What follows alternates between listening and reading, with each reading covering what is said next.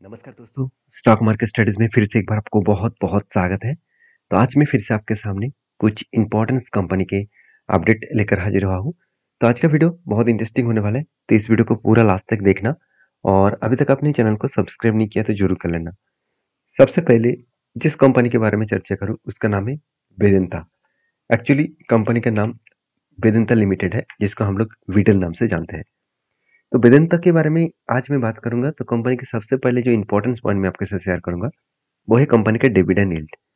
देखिए, dividend yield इसका 24.7% के आसपास है।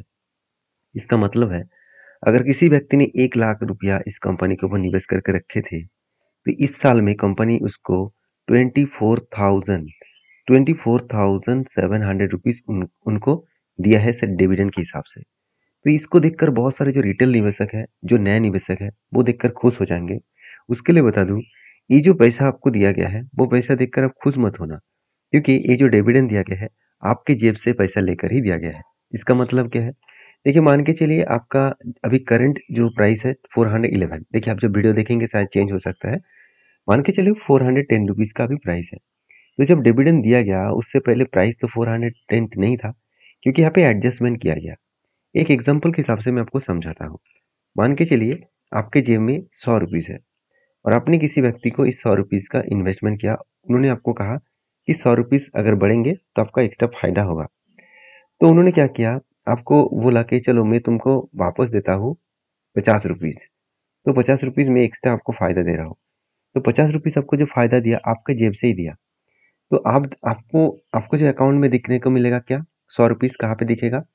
आपके अकाउंट में होगा 50 रुपीज और आपको दे दिया 50 रुपीज। मतलब आप ही के पैसे आपको ही वापस किया गया और वही पैसा आपको दिखा रहा है कि आपके पास कितना है, 100 रुपीज है। तो कुल मिलाकर जो यहाँ पे कैलकुलेशन यही हुआ कि आपके जो जो जेब में जो पैसा था, आपने जो इन्वेस्ट किया, उसी निवेश को एडजस्टमेंट करके ही आपको डिविडेंड दिया गया। तो 50 रुपीज का आपको डिविडेंड दे दिया, आपका इन्वेस्टमेंट 50 हो गया। तो इस आपका शेयर प्राइस अभी 50 दिखा रहा है। आपको देख कर लग रहा होगा मेरा 50 क्यों हो गया, क्योंकि आपको तो 50 रुपये पहले डिविडेंड दे चुके ना। तो इसी तरीके से सिचुएशन को समझिए। तो जो लोग डिविडेंड के लिए उतावला होते हैं, जो लोग सोचते हैं कि सबसे हाईएस्ट डिविडेंड वेदांता देते हैं, तो उसके लिए बता दूं, वो कोई डिविडेंड नहीं दे रहा है, वो आपका खुद के पैसे आपको दे रहा है। हाँ, आपको डिविडेंड लेना है कि नहीं लेना है वो अलग बात है। तो बेसिकली कंपनी के ऊपर इसीलिए मैं डिविडेंड के चलते हुए कभी भी एज ए निवेशक के हिसाब से नहीं देखा, एज ए मैं ट्रेडिंग पर्पस में देखा, as a short term trading purpose में देखा। तो फाइनली क्या शॉर्ट टर्म ट्रेडिंग में मुझे कोई फायदा मिला? इस कंपनी को बहुत शानदार तरीके से एक मुझे ट्रेड मिला था। वो ट्रेड मैंने खुद लिया और आपके साथ शेयर भी किया था। ट्रेड लेने का मकसद क्या है, उससे पहले कंपनी का टेक्निकली चार्ट पैटर्न दिखाऊंगा। देखिए, कंपनी के ऊपर एक यहाँ पे कप बना था, उसके बाद 2 बार यहाँ पे हैंडल पैटर्न क्रिएट हुआ। इसको कहा जाता है कफ विद हैंडल पैटर्न्स। देखिए, जब भी इस तरीके से कफ विद हैंडल पैटर्न्स बनता है, एक चीज़ों को नोटिस करना, जब भी कुछ इस तरीके से कफ विद हैंडल पैटर्न्स बने, तो जब भी ब्रेकआउट हुआ और ब्रेकआउट कंफर्मेशन भी हुआ, तो अच्छा खासा एक टारगेट को अचीव किया। बेस्ट तरीके से एक टारगेट को अचीव किया और बेस्ट तरीके से जब टारगेट अचीव हुआ, तो ये टाइम पीरियड कितना लगा? तो जो टाइम पीरियड लगा एंटी लेवल से टारगेट तक देखूं, तो सिर्फ के सिर्फ 9 दिन लगा। 9 दिनों में 26% के आसपास रिटर्न मिलना इतना आसान नहीं है। तो समझने वाला बात यही है कि अगर आपको कोई भी अच्छे कंपनी अच्छे स्ट्रेटजीज के हिसाब से मिले, तो उस कंपनी के ऊपर कुछ ना कुछ डिसीजन जरूर में लेता हो। तो बेसिकली इस कंपनी के ऊपर डिसीजन क्यों मैंने पॉजिटिव लिया, क्योंकि सिर्फ टेक्निकली चार्ट पैटर्न के ऊपर मैं ट्रेड कभी नहीं लेता हूँ, उसके साथ कंपनी का फाइनेंशियल भी देखता हूँ। इस कंपनी के फाइनेंशियल डिटेल्स के बारे में बात करूँ तो पिछले सालों की तुलना से इस बार भी कंपनी का जो सेल्स है वो एक एवरेज लेवल के आसपास ही है। एक्सपेंस को कंपनी कंट्रोल में रखे और नेट प्रॉफिट भी देखिए 3,000 करोड़ से 2,200 करोड़ बना। मतलब जो प्रॉफिट हुआ वो उतना भी ज़्यादा ग्रोथ नहीं हुआ। सिर्फ 1,000 करोड़ के लॉसेस इस बार देखने को मिले। पिछले क्वार्टर को भी बीट नहीं कर पाया। मगर पिछले जो सेकेंड क्वार्टर था उसमें कंपनी लॉसेस किए थे, उसको कंपनी ने क्या किया, रिकवरी किया। तो इस तरीके से पॉजिटिव कारण की वजह से, साथ ही साथ एज ए इन्वेस्टर भी इस कंपनी के ऊपर अच्छा खासा निवेश किया। ये सारे पॉजिटिव कारण की वजह से मैं इस कंपनी के ऊपर एक गुड डिसीजन लिया। तो आपकी क्या राय है जरूर मुझे कमेंट्स करके बताना। तो देखिए, किसी भी कंपनी के ऊपर काम करना है तो ये सारे पॉइंट्स को आपको ऑब्जर्व करना होगा। तो नेक्स्ट जो कंपनी उसका नाम है JSW स्टील लिमिटेड। देखिए जेएसडब्ल्यू स्टील कोई छोटा मोटा कंपनी है, इंडिया के नंबर 1 स्टील मैन्युफैक्चरिंग कंपनी है। ये किसका पेयर कंपनी के साथ चर्चा करूँ तो Tata steel and JSW steel दोनों के ही कुछ डिफरेंस देखने को नहीं मिलेगा। दोनों की market cap same to same है। अभी टाटा स्टील के डिविडेंड यील्ड ज़्यादा है मगर जेएसडब्ल्यू स्टील का डिविडेंड यील्ड कम है। बेसिकली टाटा स्टील और जेएसडब्ल्यू स्टील में एक बहुत बड़ा अंतर है, वो क्या है? सेल्स का ग्रोथ देखा जाए तो टाटा स्टील में नेगेटिव है मगर जेएसडब्ल्यू स्टील में पॉजिटिव है। उसके साथ साथ प्रॉफिट ग्रोथ भी देखा जाए तो परसेंटेज वाइज यहाँ पे भी आपको अच्छा खासा प्रॉफिट ग्रोथ देखने को मिल जाएगा। और उसके साथ साथ कंपनी की जो डेप्थ है वो दोनों का ही सेम टू सेम है, मतलब बराबर डेप्थ ऑफ इक्विटी है। तो कंपनी इसके ऊपर में पॉजिटिव डिसीजन क्यों लिया, उसके पीछे रीजन है कंपनी का सेल्स का ग्रोथ।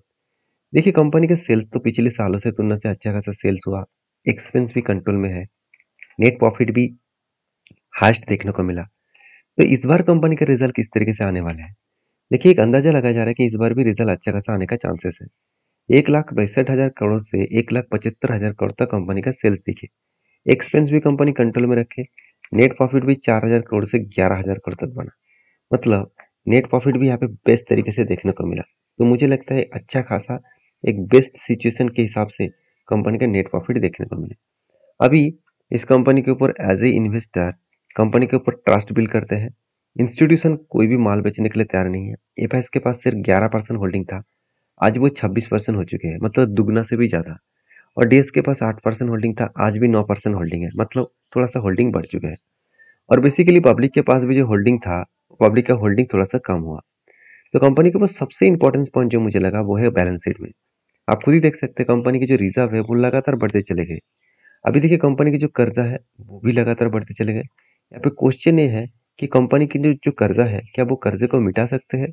अगर उसको इनिशियल टाइम में कर्जे को मिटाने के लिए बोला जाए, जरूर मिटा सकते हैं, क्योंकि कंपनी के पास रिजर्व जितना है उसी के आसपास कर्जा है।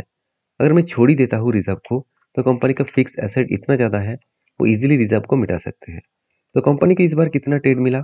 कुल मिलाकर जो कंपनी के इस बार ट्रेड रिसीव हुआ, प्रोजेक्ट जो मिला करीबन 7,000 करोड़ के आसपास, और कंपनी के हाथ में 10,000 करोड़ के आसपास कैश है। मान लेता हूँ पिछले सालों की तुलना से इस बार कैश थोड़ा सा कम हो गया, फिर भी मार्केट है, इसमें बिजनेस के पर्पस में कभी आपको इस तरीके से सिचुएशन देखने को मिल ही जाएगा। तो बेसिकली मैं इस कंपनी के ऊपर पॉजिटिव हूँ। आपके क्या ओपिनियन है जरूर मुझे कमेंट्स करना। और इस कंपनी के ऊपर जो टेक्निकली चार्ट पैटर्न बना उसके बारे में चर्चा करूँ तो फाइनली मुझे एक पैटर्न्स दिखा, उस पैटर्न्स के बेसिस में मैं कंटिन्यू कर रहा हूँ। वो पैटर्न कुछ इस तरीके से दिखे, पहले क्या बना, पहले एक शोल्डर केड हुआ, शोल्डर के बाद फिर से एक शोल्डर बना, फिर से एक बिग हेड बना, उसके बाद 2 बार शोल्डर केड हुआ। तो फाइनली इस तरीके से शोल्डर बनने के बाद यहाँ पे जब ब्रेकआउट हुआ, ब्रेकआउट के बाद यहाँ पे रिटेस्ट किया, उसके बाद शानदार तरीके से यहाँ पे टारगेट का अचीव करने के लिए कंपनी ऊपर गया। अगर ऊपर गया तो कहाँ तक गया? तो देखिए ऊपर तक जाएगा तो कहाँ तक जाएगा, तो मैं जो टारगेट लेके चल रहा हूँ करीबन 1044 के आसपास। अभी देखिए ये टारगेट कब तक मिलेगा उसको तो मतलब बताना गलत होगा, क्योंकि कंपनी इसके ऊपर जो यहाँ पे रेंज क्रिएट हुआ, ध्यान दीजिएगा इस चीज को, यहाँ पे जो रेंज क्रिएट हुआ कंपनी इस रेंज को ब्रेक तो किया मगर ये ब्रेकआउट फॉल्स ब्रेकआउट में कन्वर्ट हो गया। क्यों? क्योंकि मैं बार बार बोलता हूँ जब भी कोई लेवल को ब्रेकआउट करेगा, मतलब इस तरीके से जब लेवल को कोई भी ब्रेकआउट करेगा ग्रीन कैंडल के माध्यम से, उसका नेक्स्ट कैंडल भी ग्रीन कैंडल होना चाहिए और ऊपर क्लोजिंग होना चाहिए। अगर इस तरीके से क्लोजिंग हुआ तो माना जाता है पॉजिटिव माना जाता है, अगर इसके ऊपर क्लोजिंग नहीं हुआ तो नीचे गिरे तो सोचना वो फॉल्स ब्रेकआउट है। तो मुझे लगता है इस तरीके से कुछ सिचुएशन बना है। बाकी आपके क्या ओपिनियन है जरूर कमेंट्स करना, मैं तो इंतजार करने वाला हूँ। नेक्स्ट जो कंपनी है उसका नाम है आईसीआईसीआई बैंक। देखिए जितने सारे प्राइवेट बैंक हैं उनमें से एक अकेला एक आईसीआईसीआई बैंक है जो लगातार भागते चले जा रहे हैं, मतलब एक हायर लेवल में ट्रेड कर रहा है।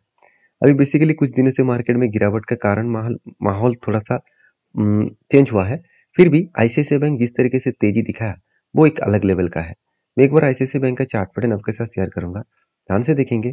कंपनी के ऊपर मेरा जो ट्रेड बना था कुछ इस तरीके से ट्रेड बने थे, कुछ इस तरीके से शोल्डर ट्रेड हुआ, उसके बाद हेड, सॉरी माफी चाहता हूँ, एक कप बना, उसके बाद 2 बार हैंडल पैटर्न ट्रेड हुआ, फाइनली ब्रेकआउट होने के बाद एक बार रिटेस्ट किया, उसके बाद कंपनी धीरे धीरे करके ऊपर गए और फाइनली वो टारगेट को अचीव किया।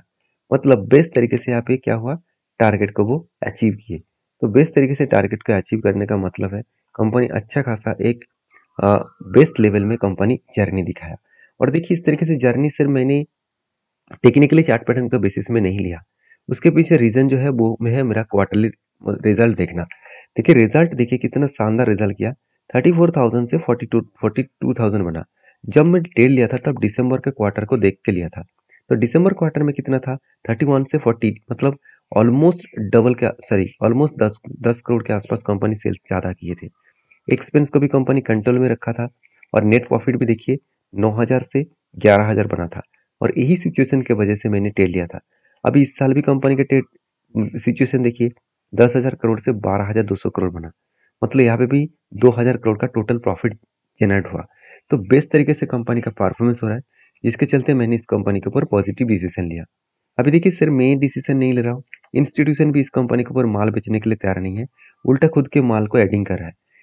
एफएस ने माल बेचा तो उसका फायदे के हिसाब से डीएस ने माल ऐड किया, तो एक बेस्ट तरीके से सिचुएशन यहाँ पे देखने को मिले। बाकी आपके क्या राय है जरूर मुझे कमेंट्स करना। नेक्स्ट जो कंपनी है उसके बारे में चर्चा करूँ, उसका नाम है, आप देख सकते हैं, न्यू टाइम इंफ्रास्ट्रक्चर लिमिटेड। तो न्यू टाइम इंफ्रास्ट्रक्चर लिमिटेड वो बेसिकली देखा जाए तो एक छोटा सा कंपनी है, 900 करोड़ का कंपनी है, और इस कंपनी का जो बिजनेस है वो रियलिटी इंडस्ट्रीज के ऊपर है। तो इस कंपनी ने गुड डिसीजन लिया, वो है कंपनी का बोनस का। बोनस कंपनी देने वाला है 21 तारीख को, और मई के 21 तारीख को हर एक के बदले कंपनी 2 शेयर देने वाला है। पहले भी एक बार बोनस दिया था 2028 में, सॉरी 2010 में, 28 ऑफ जनवरी में, तो कंपनी उस टाइम में भी 2:1 का बोनस दिया था। तो बहुत दिनों के बाद, एटलीस्ट 14 साल के बाद कंपनी बोनस देने जा रहा है। तो जो लोग बोनस पाना चाहते हैं तो एक बार रिसर्च करिए, उसके बाद काम करिए। मेरे काम था सारे पॉइंट्स को आपके साथ शेयर करना, आपका काम है इस सारे कंपनीज के ऊपर वेरीफाई करके आपके जो सेबी रजिस्टर्ड एडवाइजर है उसके साथ बातचीत करके काम करना। तो मिलते हैं नेक्स्ट वीडियो में, तब तक के लिए धन्यवाद।